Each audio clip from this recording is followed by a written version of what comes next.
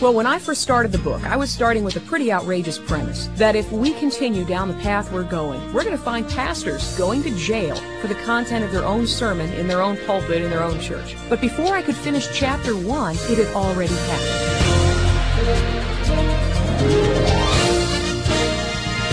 Glorifying God, proclaiming truth, and reclaiming America for Christ. This is Truths That Transform. Your host is Dr. D. James Kennedy, pastor of the Coral Ridge Presbyterian Church and president of Coral Ridge Ministries. Discover how to apply biblical principles and transform your world through Jesus Christ. It's no joke. Right now, people in powerful places want to criminalize Christianity. At first, this movement was subtle. Unelected judges removed the Ten Commandments and prayer from the schools. But today, congressmen, corporate executives, educational elites, and others have joined the effort to intimidate believers like you and me into silence. So says Janet Folger, who documents all of this in her brand new book, The Criminalization of Christianity. I suppose you'd never thought you'd hear of a book with that title, The Criminalization of Christianity. Janet is, of course, familiar to our listeners. For nearly 5 years, she was a director of our Center for Reclaiming America. And today, Janet is president of her own organization, Faith to Action, which we'll learn more about later in the program. Right now, it's my privilege to welcome Janet Folger back to Truths That Transform. Thanks, Dr. Kennedy. It's great to be back. Well, nice to talk to you again, Janet. I think you've written a very significant book. And let's get right into the questions that it raises. Why did you decide to name your new book, The Criminalization of Christianity? It actually came from a speech I heard back in 1997. I was listening to a cassette tape of one of the Reclaiming America conferences, and it was Bob Knight, our friend from the Culture and Family Institute of Concerned Women for America, and he said a statement that, quite frankly, I didn't really buy. He said that the ultimate goal of the homosexual agenda is the criminalization of Christianity, and I thought, come on, Bob, make your case without hyperbole. This is an exaggeration. And then I listened, and then I watched, and I learned. And as I watched, I remember flipping by the stations watching the Human Rights Campaign, and there was their director pounding on the podium saying, we must do away with words like abomination. And I thought, wow, okay, now they want to take words out of the Bible. And so I started seeing, he said they're going to go after the Boy Scouts next. I said, that would be a PR nightmare. That's never going to happen. And it did. And I see that the ultimate goal of that agenda in particular, although the assault is widespread, that's, I believe, the issue that's going to silence the church if we let it. Well, Janet, I hate to say that I think you're right. And as ominous as that is, there are many signs which we'll take a look at.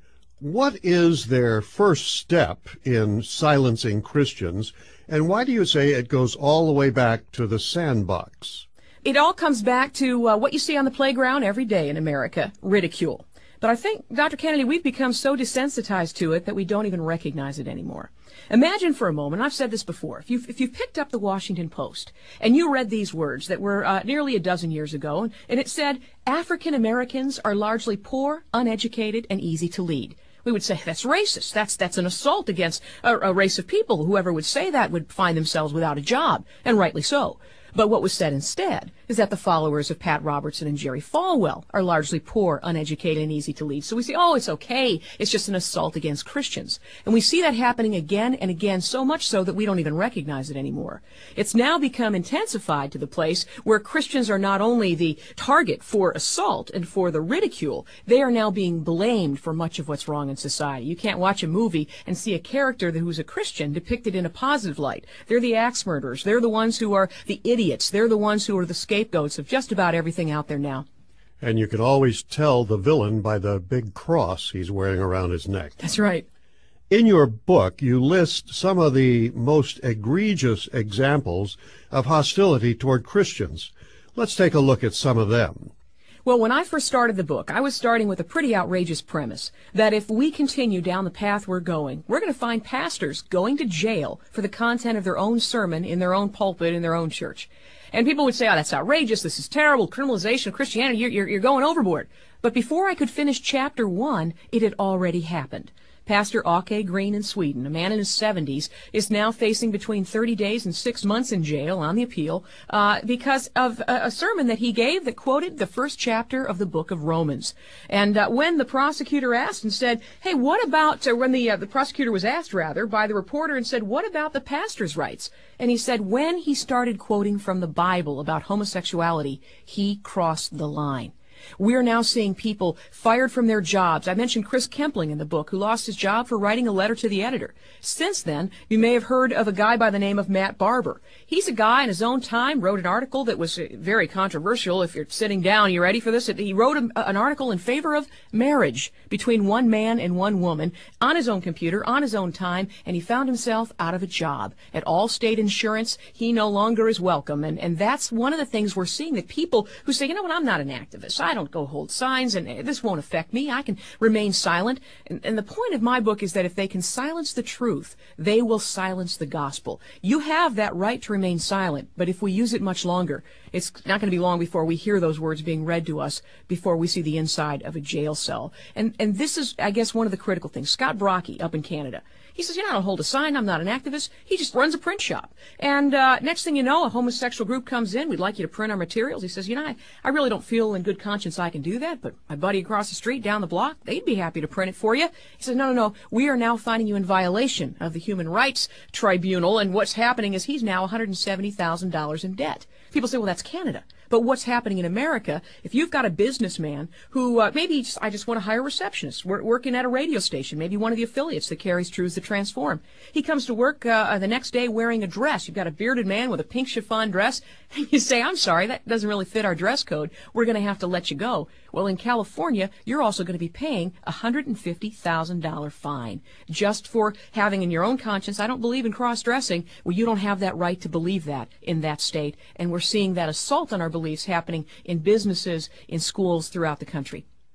One of the worst ways the left is trying to take away our rights is through the so-called hate crimes legislation. Janet, what is this, and why should our listeners be concerned about it? I believe that hate crimes is the most dangerous bill in America. It is precisely what they are using to silence Christians around the world. We look in California again. I'll mention that they actually passed hate crimes that added to it anti-reproductive rights crimes. In other words, if you're pro-life, you're an automatic suspect.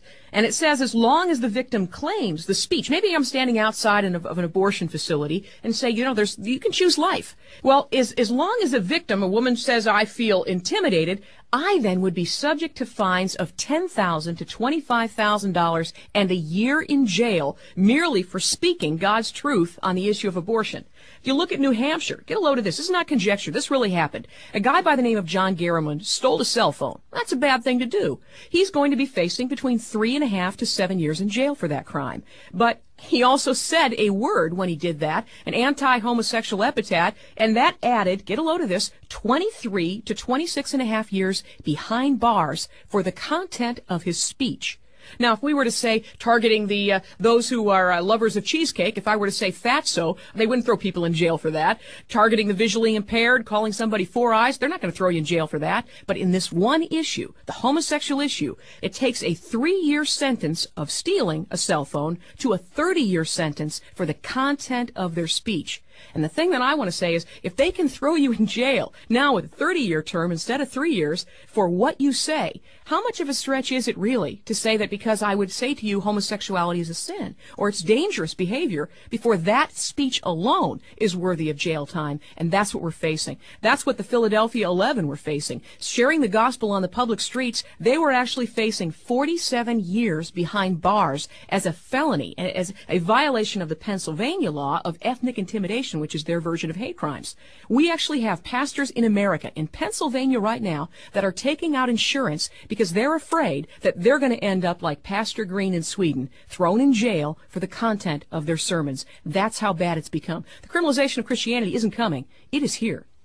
And not only is it found in various states, as you've just mentioned, Janet, but just a few weeks ago, the House of Representatives passed a Child Protection Act, which is certainly a good and wonderful thing.